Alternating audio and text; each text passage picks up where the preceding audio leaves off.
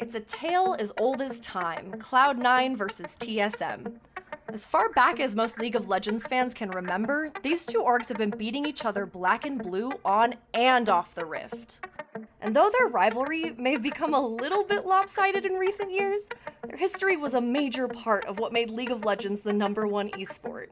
But really, you gotta step it up, TSM. I am the one, the chosen one, that's always TSM cement themselves as the greatest team North America has ever seen. The sun has come, yeah, that's me. I know what it's like, I've been at the bottom. I know what it's like, someone calling shots for you to clock them and drop them. I know that this life is hard as is, but keep going up. This sweat ain't for nothing, so pull your bridges up. It's a buck. They have 11 titles between them, 16 trips to Worlds, 3 MSI appearances, and an unfathomable mass of fans. Beyond League, the orgs have FPS teams, other MOBA teams, strategy game players, fighting game players, mobile game teams, content creators, and more. When looking through the highest tier of North American and even global esports, these two are comfy at the top. But it took a lot for each of them to get here. Their pasts are storied, their journeys were rough. But if you were to ask, there's no doubt they'd say it was all worth it. Just a year and a half after League of Legends was officially released, TSM entered their first tournament and won. The prize pool was a meager $100, but it was more money than Cloud9 would make for another 2 years. They didn't exist yet. TSM went on to enter 11 more tournaments that year, and won almost all of them. Their efforts throughout 2011 earned them a spot at Riot's first major event, Worlds Season 1. It was only 8 teams, and it wasn't even a fully global event. TSM took third and returned home to essentially repeat their success in 2012. Still no Cloud9 in sight. 2013, however, was the start of the LCS. And then things really started to pick up.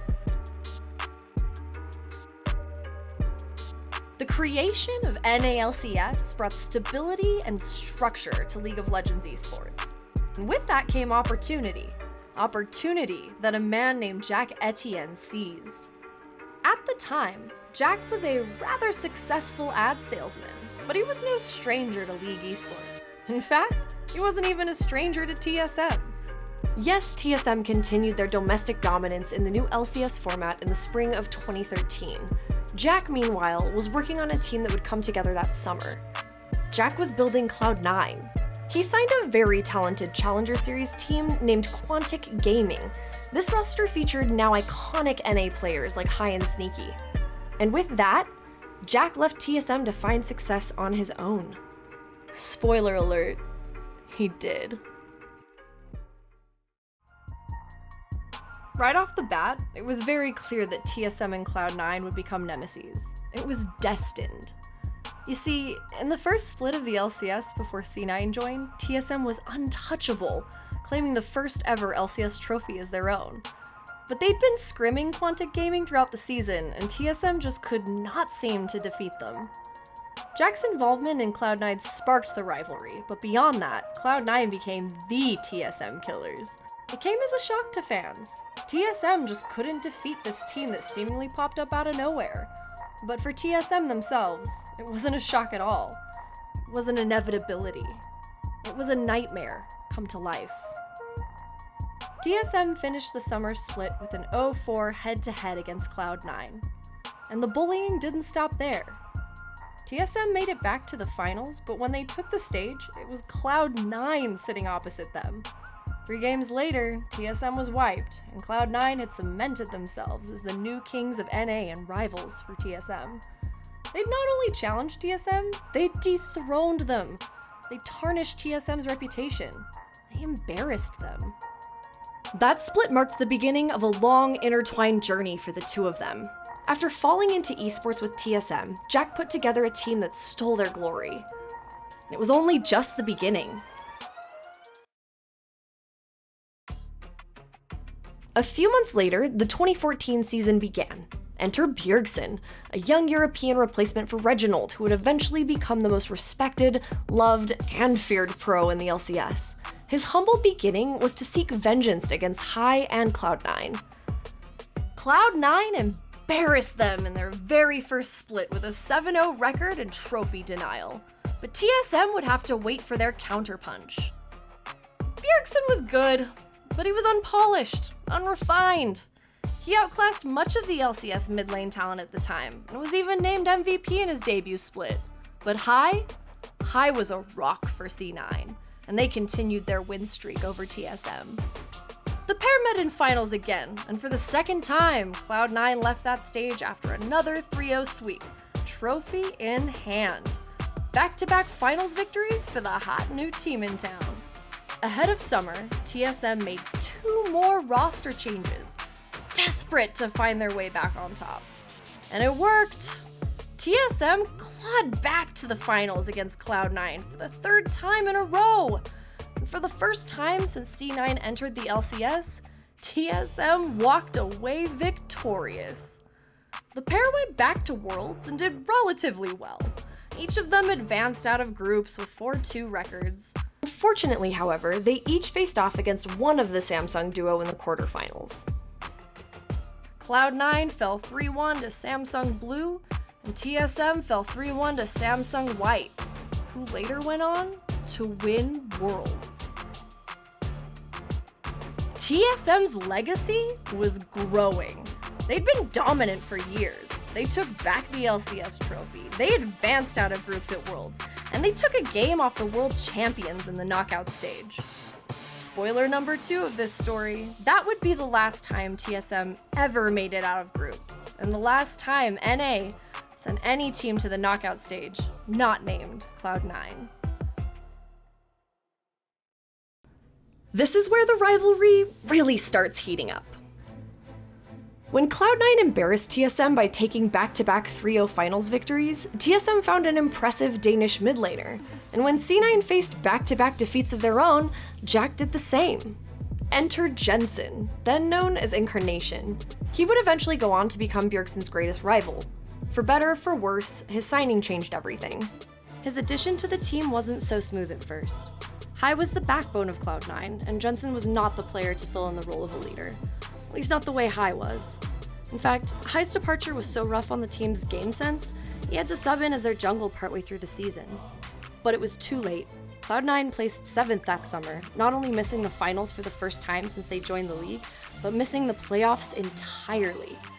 At the time, every single LCS trophy belonged to either C9 or TSM.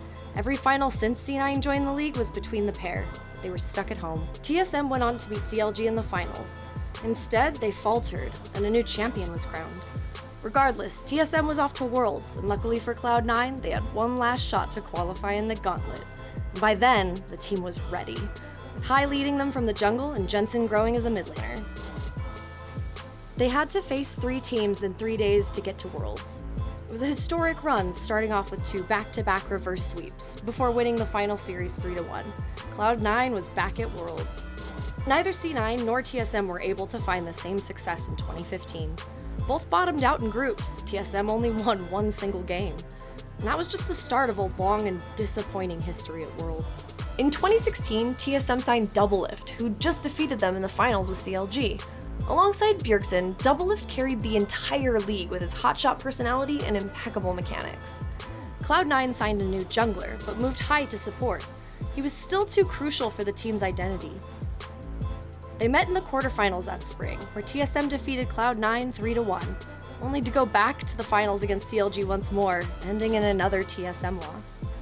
That summer was the first time in a year and a half that they'd face off in the finals again. TSM was tired of losing. They took the series 3-1, sending Cloud9 back to the gauntlet to fight for a trip to Worlds. They breezed through this time around, Worlds secured. The 2016 World Championship is what set Cloud9 apart from TSM in a very real way. Because when TSM bottomed out in groups again, Cloud9 found a way to scrape into the knockout stage. And they did so with SKT in their group. C9 was consistently outperforming TSM internationally, and that was a pattern that would continue. Of course, TSM's domination domestically would continue as well. Back in the LCS, the two found their way back to the 2017 Spring Finals yet again. It was one of the most iconic series in LCS history, but for Cloud9 and Jensen, perhaps the most painful. In Game 5, Jensen was in a position to carry Cloud9 in the last team fight and claim his first LCS trophy. Instead, he died with both Echo ults and Zhonya's available. And before he could respawn, TSM had wiped the rest of his team and won the game. That play labeled Jensen and the team as chokers among the community, and whether or not it was true, Cloud9 fell into a pattern of failing domestically for years. Gone were the days of Quantic Gaming's roster beating up on TSM, and despite Jack's best efforts, Cloud9 wouldn't get close enough to raise a trophy for years to come. That summer, Cloud9 missed the finals yet again, leading TSM to yet another trophy. C9 was back in the gauntlet, and just as always, won their match to make it to Worlds in 2017. After yet another crushing defeat, Doublelift left TSM to join Team Liquid, and the TSM versus Cloud9 rivalry was never quite the same. Sure, it continued, but Doublelift battled Sneaky from a different org and with a renewed sense of vigor that left C9 and TSM as mere afterthoughts. Doublelift went on to win 4 domestic titles in a row with Liquid. No more C9 versus TSM in the finals. No shot at redemption for Cloud9 to win one back. Though they missed each other in the playoffs in spring, that summer, TSM and Cloud9 met in the semifinals in what was one of the most exciting series ever played in the small LCS studios. After falling down 1-2, Cloud9 substituted their Academy mid and jungle duo, jungler being Svenskeren, who just played for TSM. And they won the series! It wasn't the revenge for Jensen that he wanted, since he watched his team win on the sidelines. But he'd get it soon enough, because for the 4th year in a row, Cloud9 had to qualify for Worlds through the gauntlet. For the first time, they faced TSM for the final World slot. TSM never had a chance. The Kings of the Gauntlet continued, and Jensen got a sweet 3-0 victory over Bjergsen. Back at Worlds, C9 had their best run yet. It's almost as if defeating TSM and kicking them out of the tournament gave them strength. They yet again found their way out of groups, but this time they breezed through the quarterfinals, taking out Afrika Freaks in a decisive 3-0 to advance to the semis. Unfortunately, they fell to Fnatic, but it was a historic run for NA, who had been the laughingstock of League Esports for years, thanks to their repeated underperformance at Worlds. Jensen left the team for Liquid shortly after the tournament. His final act with Cloud9 was a good one. 2020 brought a whole new look to the C9-TSM rivalry. After the 2019 Worlds disappointment, Cloud9 fully rebuilt their roster, dropping Sneaky, who had truly become the lifeblood of the team after High's departure.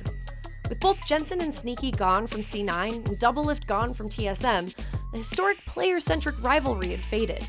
But the orgs continued to clash, and the rivalry torch was passed from player to community, who began to bear the honor and shame in their fandom. C9 remained dominant through much of the summer, but hit a wall before the playoffs. But, unlike years past, Riot had removed the gauntlet, which had consistently been Cloud9's saving grace.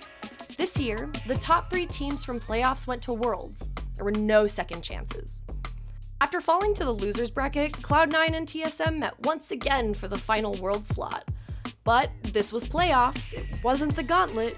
Cloud9 had an abysmal record against TSM in the playoffs.